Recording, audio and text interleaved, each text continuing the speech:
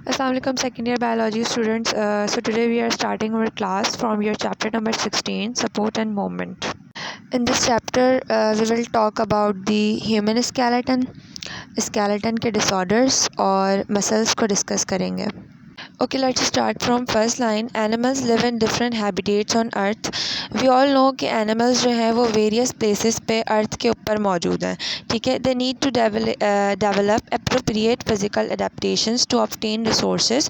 अच्छा, animals को survive करने के लिए अपनी bodies को change करना पड़ता है, ठीक है. in different ways, मतलब अलग अलग तरीक़ों से अपनी body को change करना पड़ता है ताकि उनको इस तरह help हो सके जो भी उनको ज़रूरत है, जिस चीज़ों की ज़रूरत है, जैसे फूड हो गया या शेल्टर हो गया, उनको इन्वायरमेंटल कंडीशंस के मुताबिक अपनी फ़िज़िकल चेंजेस लानी पड़ती हैं बॉडीज़ के अंदर ताकि वो सरवाइव कर सकें. These adaptations help them to acquire food. अच्छा, ये जो चेंजेस होती हैं और एडेप्टेशंस होती हैं ना, ये बिल्कुल टूल्स की तरह काम करती हैं एनिमल्स के लिए ताकि वो इस एडेप्टेशन से, इस चेंजेस से फूड भी ले सकते हैं, सही है. कुछ सेफ़ प्लेसेस ढूंढ लेते हैं ताकि ज़िंदा रह सकें और दूसरे एनिमल्स से भी सेफ़ रह पाते हैं, ठीक है. क्योंकि ज़ाहिर है उनकी जो सराउंडिंग्स होती हैं वो कॉम्पिटिटिव होती हैं, यानी कि जो दूसरे एनिमल्स होते हैं उनको भी तो वही सेम रिसोर्सेज चाहिए होते हैं, तो वो दूसरे एनिमल्स से भी सेफ रह पाते हैं इन चेंजेस की वजह से. The adapted physical changes develop a strong muscular and skeletal support system of the body. अच्छा, ये जो फिज़िकल चेंजेस होती हैं एनिमल्स के अंदर, ये एनिमल की मसल्स और बोन्स को भी स्ट्रॉन्ग बनाती हैं, ठीक है. इससे क्या होता है, एनिमल्स आराम से मूव कर पाते हैं और एक जगह से दूसरी जगह अगर ट्रैवल करना हो उसमें भी आसानी होती है, चाहे ये शॉर्ट ट्रिप हो या लॉन्ग जर्नी हो, दोनों में ये चेंजेस हेल्पफुल रहती हैं. Biologically there is a difference between. अच्छा, जब भी हम एनिमल्स की मूवमेंट के बारे में बात करते हैं तो हमारे पास दो वर्ड्स होते हैं ताकि हम उनकी मूवमेंट्स को डिस्क्राइब करें. एक मूवमेंट और लोकोमोशन, और ये सिर्फ बायोलॉजी के अंदर होता है. Movement is the changing position of an animal while locomotion is the type of movement. अच्छा, जो मूवमेंट है उसका सिंपल मतलब ये है कि एनिमल जो है वो अपनी जगह चेंज करें. हालांकि जो लोकोमोशन है वो basically special kind of movement है कि जब एनिमल्स एक जगह से दूसरी जगह मूव करते हैं ताकि फूड और दूसरी चीज़ें हासिल कर सकें जिनकी उनको ज़रूरत है, ठीक है. और ये बेसिकली कोई शॉर्ट ट्रिप या लॉन्ग जर्नी हो सकती है जिसमें उनको किसी फूड की ज़रूरत हो या फिर किसी एनर्जी की ज़रूरत हो, या फिर कोई भी ऐसी चीज़ जिसकी उनको ज़रूरत हो. So in easy words, animal change their bodies, ठीक है, to live in different places. Animals जो है वो अपनी बॉडीज़ को चेंज करते हैं डिफरेंट प्लेसेस पे रहने के लिए, और ये चेंजेस उन्हें हेल्प कराती हैं जो भी चीज़ उन्हें चाहिए होती है वो हासिल करने में, ठीक है. और इसकी वजह से उनकी मसल्स स्ट्रॉन्ग होती हैं, बोन्स स्ट्रॉन्ग होती हैं, और जब वो ट्रैवल करते हैं चीज़ों को ढूंढने के लिए, जैसे फूड, तो हम उसको लोकोमोशन कहते हैं. और बिल्कुल इस तरह जैसे एनिमल्स के पास कुछ स्पेशल टूल्स हों ताकि वो अपनी लाइफ को हैंडल कर सकें according to their environments. Okay, let's start with human skeleton. The human skeleton act as a framework of the body, ठीक है. बिल्कुल इस तरह skeleton को इस तरह समझो जैसे हाउस का एक फ्रेम, ठीक है. हाउस का एक फ्रेम होता है, बिल्कुल उसी तरह skeleton जो है ना हमारी बॉडी के अंदर एक फ्रेम है. क्योंकि ये हमारी बॉडी के अंदर होता है इसलिए हम इसको क्या बोलते हैं, endoskeleton. It's like the structure that folds our body together. The human endoskeleton comprises of bones and cartilage. अच्छा, हमारा जो स्केलेटन है बेसिकली वो बोन से मिलके बना है और एक सॉफ्टवेयर मटेरियल है जिसे हम कार्टिलेज कहते हैं, उससे मिलके बना है, ठीक है. Which provide the shape of the body. Basically क्या करता है, हमारी बॉडी को शेप देता है और हमें हेल्प करता है ताकि हम सीधे जो है वो खड़े हो सकें, ठीक है. साथ साथ make blood cells through their red bone marrow. हमारी जो बोन्स हैं वो उनके पास कुछ स्पेशल पार्ट होता है जिसे हम रेड बोन मैरो कहते हैं, ठीक है. ये जो रेड बोन मैरो होता है ये रेड ब्लड सेल्स बनाने में हेल्प करता है, ठीक है. Protection of internal organs and stores minerals. अच्छा, साथ साथ जो ये हमारा स्केलेटन है ये बिल्कुल आर्मर की तरह काम करता है जो हमारे अंदर भी हमें प्रोटेक्ट कर रहा है, यानी कि हमारे इंपॉर्टेंट मिनरल्स को स्टोर कर रहा है, हमारे ऑर्गन्स को भी प्रोटेक्शन दे रहा है, ठीक है. साथ साथ एक और बात बता दी आपको आपकी बुक में कि साइंस की वो ब्रांच जो ह्यूमन की बोन से स्टडी करे उसको हम ओस्टियोलॉजी कहते हैं. Bones and muscles are attach to form a well coordinated musculoskeletal system. It's mean कि जो हमारी बोन्स हैं और मसल्स हैं वो आपस में बिल्कुल टीम की तरह काम करती हैं। बोन्स हमारी बॉडी को एक स्ट्रक्चर देती है और जो मसल्स होती हैं वो हमें हेल्प कराती हैं ताकि हम मूव करें, ठीक है।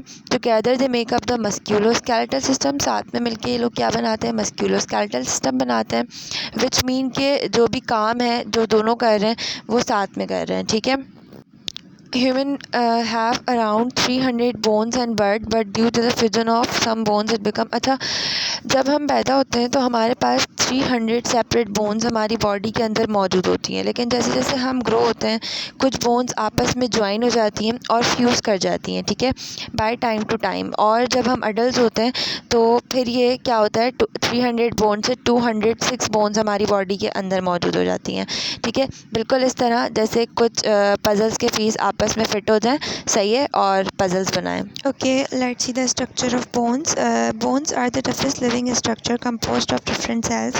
वी ऑल नो कि बोन्स जो है हमारे बॉडी का स्ट्रॉन्गेस्ट पार्ट है, ठीक है, जो बेसिकली बहुत सारे टाइनी पीसेस से मिलके बना है जिसे हम सेल कहते हैं, ठीक है। Bones of the skeletal system differ in size and shape. It's mean के बोन्स जो हैं वो बिग भी हो सकती है, स्मॉल भी हो सकती हैं, और हो सकता है कि डिफरेंट शेप्स में भी हमें देखने को मिलें, but they all have similar parts. लेकिन स्ट्रक्चरली वो सेम होती हैं, यानी कि सेम पार्ट्स होते हैं उनके, और सिमिलर वे में काम करती हैं, यानी कि फंक्शंस बिल्कुल सेम होते हैं और डेवलपमेंट भी सेम होती है, ठीक है।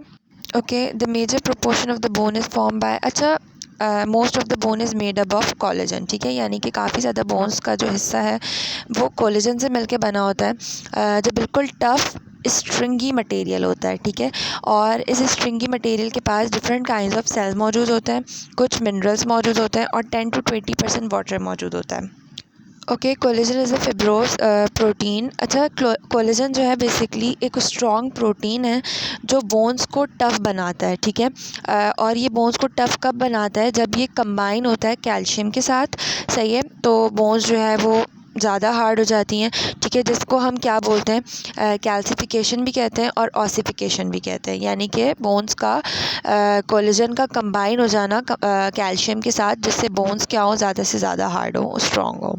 अ long bone has 3 distinct regions. अच्छा देखो, लॉन्ग बोन के बारे में सोचो, जो भी आपकी बॉडी के अंदर मौजूद है, जैसे आर्म हो गया या लेग हो गई, ठीक है। तो आर्म या लेग के 3 पार्ट्स होते हैं बेसिकली। जो एंड पार्ट होता है उसको हम एपीफाइजिस कहते हैं, जो मिडिल पार्ट होता है वो डियाफाइजिस होता है, और डियाफाइजिस और एपीफाइजिस के बीच का जो पार्ट होता है उसको हम मेटाफाइजिस कहते हैं।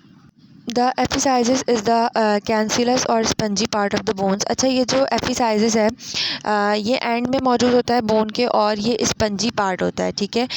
इसके पास कुछ टाइनी और स्ट्रॉन्ग स्ट्रक्चर्स मौजूद होते हैं जिसे हम ट्रैबिक्यूला कहते हैं, ठीक है। Epiphysis is filled with red bone marrow.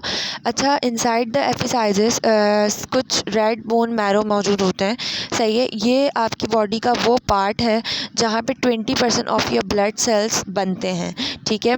साथ साथ ये बहुत सिग्निफिकेंट पार्ट होता है आपके ओवरऑल बोन स्ट्रक्चर का। Okay, let's look up to page number 32. The external part of the diaphysis is called cortical bone. अच्छा, मैंने आपको बताया था कि डायफेसिस हम किसे कहते हैं, जो हमारी लॉन्ग बोन होती है उसका जो मिडल रीजन होता है बेसिकली हम उसको डायफेसिस बोलते हैं। और डायफेसिस की जो आउटर लेयर होती है, यानी कि जो एक्सटर्नल पार्ट होता है, हम उसको बोलते हैं कॉर्टिकल बोन, ठीक है। ये जो कॉर्टिकल बोन होती है ये कम से कम हमारे स्केलेटन का 80% बनाती है, ठीक है, and consist of many small cylinders, और बहुत सारे टाइनी स्ट्रक्चर्स पर कंसिस्ट करती है जो बिल्कुल साइलेंडर्स की तरह दिखते हैं, जिसे हम ओस्टियोन्स बोलते हैं। Okay, each osteon is made up of tiny लमालाए।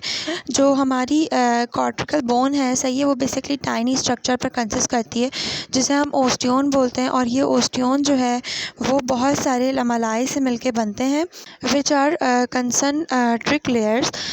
ये बिल्कुल कंसनट्रिक लेयर्स होती हैं और ये 2 चीज़ों से मिलके बनी होती हैं। One is natural material called collagen, ठीक है, और जो दूसरा मटेरियल है वो मिनरल है, मोस्टली कैल्शियम फॉस्फेट, जिसको हम हाइड्रोक्सीएपेटाइट भी कहते हैं। और ये दोनों मिक्सचर आपस में मिलके, यानी कि कोलेजन और इनऑर्गेनिक पार्ट जो है हाइड्रोक्सीएपेटाइट, ये दोनों आपस में मिलके बोन्स को स्ट्रॉन्ग बनाते हैं। In the centre of every osteon, अच्छा ओस्टियोन क्या है, हमारा कॉर्टिकल बोन का टाइनी स्ट्रक्चर, और कॉर्टिकल बोन क्या है, हमारा डायफाइसिस का मिडिल रीजन। ठीक है, तो ओस्टियोन के सेंटर में क्या मौजूद होता है, हाइफर्सियन कैनाल मौजूद होता है जिसके पास ब्लड सप्लाई मौजूद होता है। ठीक है, बिल्कुल ओस्टियोन के मिडल में एक टाइनी कैनाल मौजूद होता है जिसको हम हाइफर्सियन कैनाल कहते हैं। ये जो कैनाल होता है इसके पास कुछ ब्लड वेसल्स और नर्व्स मौजूद होती हैं जो हमें नरिशमेंट प्रोवाइड करती हैं, साथ साथ हमारे बोन सेल्स को कम्युनिकेशन कराने में भी हेल्प करती हैं। In the centre of the bone is the medullary canal. Basically हमारे बोन के बिल्कुल सेंटर में एक होलो स्पेस मौजूद होता है जिसको हम मेडुलरी कैनाल कहते हैं। ये बिल्कुल एक टनल की तरह होता है, और ये टनल जो है वो जुड़ी हुई होती है एक स्ट्रक्चर के साथ जो बिल्कुल हनी कॉम्ब की तरह दिखता है, और हम इसको स्पंजी और सेंसलेस बोन भी कहते हैं। और बेसिकली यही मेडुलर कैनाल्स क्या चीज़ कंटेन कर रहे होते हैं, बहुत इम्पॉर्टेंट चीज़ जिसको हम बोन मैरो कहते हैं। ठीक है, ये जो बोन मैरो होती है ना, ये बिल्कुल हम एक फैक्ट्री की तरह होती है जहाँ पे बॉडी ब्लड सेल्स बनाती है। ठीक है, ये वो जगह होती है जहाँ पे blood cells, white blood cells और प्लेटलेट्स, ये तीनों चीज़ें बनती हैं। Okay, let's look up to this para. The overall outer covering of the bone is called, अच्छा जो इमेजिन करो कि हमारी जो बोन है वो बेसिकली 2 लेयर्स में व्रैप्ड हुई हुई है। जो उसकी आउटर लेयर है उसको हम पेरियोस्टम कहते हैं, और जो इनर लेयर है उसको हम एंडियोस्टम कहते हैं। पेरोस्टियम अलाउ फॉर द अटैचमेंट, अच्छा ये जो पेरोस्टियम है यानी जो हमारी बोन का जो आउटर लेयर है पेरोस्टियम, बेसिकली ये जो है ना बिल्कुल एक क्लिंगी फ्रेंड की तरह है हमारी बोन का। ये ना हमारी बोन के सरफेस से बिल्कुल स्टिक हो जाता है और मसल्स को मूव कराने में हेल्प करता है, क्योंकि इससे जो है ना वो अटैच हुई हुई होती हैं हमारी बोन्स की layer. Muscle connective tissue tendons to the bone and provide pathway for blood and lymphatic vessels। अच्छा ये ना बिल्कुल एक रोड की तरह होता है ब्लड वेसल्स के लिए, लिम्फ वेसल्स के लिए, ताकि वो ट्रैवल कर सकें। जैसे कुछ हाईवेज़ बनी हुई होती हैं हमारे फ्लूइड्स के लिए, हमारी बॉडी के अंदर के हमारे फ्लूइड्स ट्रैवल करें, बिल्कुल उसी तरह ये एक रोड की तरह काम करता है periosteum layer, outer layer of the bone. ठीक है, इससे क्या होता है, जो ब्लड वेसल्स होती हैं और जो लिम्फ वेसल्स होती हैं वो आराम से ट्रैवल कर पाती हैं। एंडियोस्टम इज़ अ सॉफ्ट, अच्छा जो इनर लेयर होती है ना वो बिल्कुल सॉफ्ट होती है। ठीक है, थिन ब्लैंकेट की तरह होती है हमारी लॉन्ग बोन्स के अंदर, हमारी जो बॉडी की लॉन्ग बोन्स है उनके अंदर बिल्कुल थिन ब्लैंकेट की तरह मौजूद होती है एंडियोस्टम लेयर। ठीक है, हैज़ प्रोगेनिटर स्टेम सेल्स, अच्छा इसका जो पूरा घर है ना, यानी कि स्मॉल ब्लैंकेट के साथ इसका जो पूरा घर है उसमें कुछ स्पेशल सेल्स मौजूद हैं जिनको हम प्रोगेनिटर स्टेम सेल्स कहते हैं। अच्छा ये जो प्रोगेनिटर स्टेम सेल्स होते हैं हमारे एंडियोस्टम के अंदर डेवलप इनटू ओस्टियोब्लास्ट्स। बेसिकली ना ये कुछ इम्पॉर्टेंट वर्कर्स में ग्रो होते हैं ताकि कुछ इम्पॉर्टेंट काम कर सकें, तो ये ओस्टियोब्लास्ट और कॉन्ड्रोब्लास्ट में टर्न हो जाते हैं। ओस्टियोब्लास्ट तो बिल्कुल बोन की बिल्डर्स की तरह काम करते हैं, और जो कॉन्ड्रोब्लास्ट होते हैं ना ये कार्टिलेज बनाते हैं। ऑस्टियोब्लास्ट हमारी बोन का हार्ड पार्ट बिल्ड करते हैं, हालांकि जो कॉन्ड्रोब्लास्ट होते हैं वो कार्टिलेज बनाते हैं, और कार्टिलेजेस हमें पता है सॉफ्ट होते हैं। It play a key role in the healing of fractures by creating new cells necessary for the bone to fuse. अच्छा जब भी हमारी कोई बोन टूटती है ना तो एंडियोस्टम ही आते हैं रेस्क्यू करने के लिए। ठीक है, ये न्यू सेल्स बनाते हैं जो जिनकी ज़रूरत होती है ताकि ब्रोकन बोन जो है वो फिक्स हो जाए, और उसको दोबारा से क्रिएट करते हैं। ठीक है, बिल्कुल इस तरह जैसे रिपेयर क्रू होता है, बिल्कुल इसी तरह ये काम करते हैं फॉर आवर बोन्स, जब भी हमारी हड्डियाँ टूट जाती हैं तब। Let's look up to this para. There are 3 types of cells present in bone. अच्छा हमारी बोन्स के अंदर 3 तरह के सेल्स मौजूद होते हैं, जिनमें से एक है ओस्टियोब्लास्ट, ओस्टियोसाइट्स एंड ओस्टियोस्लास्ट। ठीक है, हर किसी की अपनी जॉब है और हर कोई तीनों जो है सेल्स हैं वो डिफरेंट फंक्शंस परफॉर्म करते हैं हमारी बॉडी के अंदर। अच्छा अगर ओस्टियोब्लास्ट की बात करें, osteoblasts are the progenitor that secrete matrix around themselves to form spongy bones. ठीक है, बिल्कुल इस तरह से होते हैं जैसे बिल्डर्स नहीं होते ओस्टियोब्लास्ट। ठीक है, ये क्या करते हैं, एक फ्रेमवर्क सेट करते हैं, एक फ्रेमवर्क बनाते हैं स्टफ़ का, उनके जो भी अराउंड जितनी भी चीज़ें हैं उनका एक फ्रेमवर्क बनाते हैं, और ना एक तरह की टाइप ऑफ बोन जो है ना वो बन जाते हैं, जिसको हम स्पंजी बोन कहते हैं, विच लेटर बिकम्स कॉम्पैक्ट बोन। और ये जो बोन होती है ना स्पंजी बोन, ये बाद में टर्न हो जाती है into harder type called compact bone. और जो कॉम्पैक्ट बोन होती है वो थोड़ी हार्डर होती है, ठीक है, as compare to spongy bone. Okay, when an osteoblast is isolated by surrounded matrix, it's mean कि imagine करो कि osteoblast जो है basically अपने जो surrounded का material है, surrounding का material है, सही है, उसमें जो है वो मौजूद है, सही है। और उसी स्पेस को हम क्या बोलते हैं, लकूना बोलते हैं। और जब भी ओस्टियोब्लास्ट जो है वो लकूना के अंदर स्टक हो जाता है ना, तो दे बिकम ओस्टियोसाइट्स, तो फिर वो चेंज हो जाता है ओस्टियोसाइट के अंदर, ठीक है।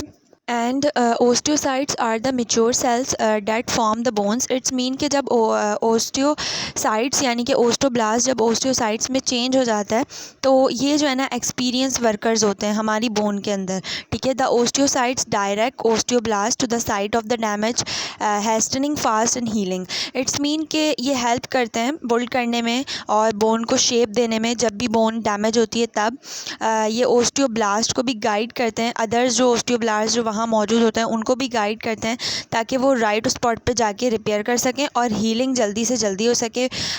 दे मेक हीलिंग फास्टर। अब अगर बात करें ओस्टियोस्लाट्स की, तो osteoclasts perform the job of breaking down the composite material in bone. It's mean के ओस्टियोस्लाट्स जो होते हैं ना वो बिल्कुल रिसाइकलर्स होते हैं हमारी बोन के अंदर। वो क्या करते हैं, पहले ब्रेक डाउन करते हैं, रिमूव करते हैं जितना भी ओल्ड और डैमेज बोन मटेरियल होता है ना, उसको रिमूव करते हैं, ब्रेक डाउन करते हैं। और osteocytes also phagocytize the bony matrix. और साथ साथ ओस्टियोसाइट्स इस चीज़ में भी हेल्प करते हैं कि क्लीन अप करते हैं, जितना भी बोन मटेरियल होता है उसको ईट अप कर देते हैं और उसको ख़त्म कर देते हैं, ठीक है, क्लीन अप कर देते हैं ईट करके।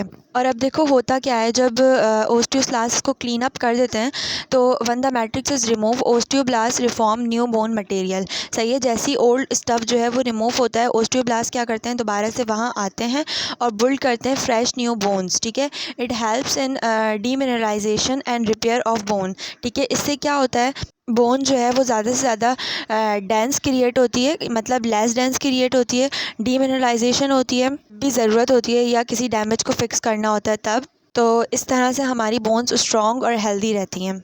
सो इन सिंपल टर्म्स हम इस तरह सोच सकते हैं कि जो बोन सेल्स होते हैं वो बिल्कुल टीम ऑफ बिल्डर्स होते हैं, रिपेयर करते हैं, रिपेयर वर्कर्स होते हैं, रिसाइकलर्स होते हैं, ठीक है। वो साथ में काम करते हैं ताकि बिल्ड कर सकें, फिक्स कर सकें और हमारी बोन्स को गुड शेप में रख सकें, ठीक है। So inshallah from next class we will continue our further topics. So thanks for watching and stay connected for your higher grade in studies.